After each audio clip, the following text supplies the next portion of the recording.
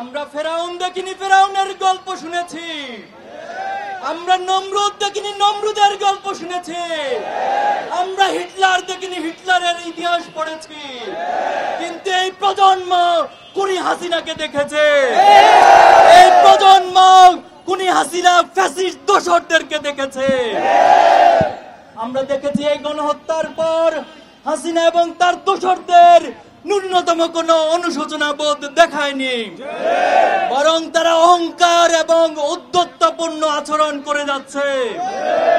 আমরা আজকের এই সমাবেশ থেকে বলতে চাই, শহীদের যে তামান্না নিয়ে ছাত্র জনতা বুকের রক্ত দিয়ে ফ্যাসিবাদ মুক্ত করেছে, বাংলাদেশে অদূর ভবিষ্যতে এই ফ্যাসিবাদকে সহ্য করবে না। সংগ্রামী উপস্থিতি, বিভিন্ন মাধ্যমে ফ্যাসিবাদ ষড়যন্ত্রের চেষ্টা করে যাচ্ছে। আজকে ছাত্র সমাজের যে বিপ্লব, এই বিপ্লবকে বিতর্কিত করার জন্য তারা ষড়যন্ত্র করে যাচ্ছে।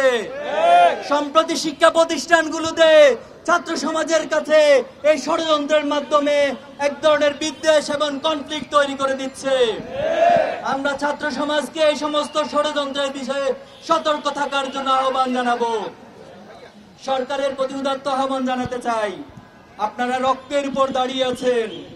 আপনারা যে চেয়ারের উপর বসেছেন, সেই চেয়ার আবু সাইদ এবং শহীদদের রক্তের উপর বসে আছে। এই চেয়ারে বসে ফ্যাসিবাদের পক্ষে যদি কোনো ধরনের কার্যক্রম পরিচালনা করেন, এই ছাত্র জনতা তার উত্তম জবাব দিবে। আপনারা অতি দ্রুত বিচারের ব্যবস্থা গ্রহণ করুন। বিচারের নিরাপত্তা লক্ষ্য করছি আমরা।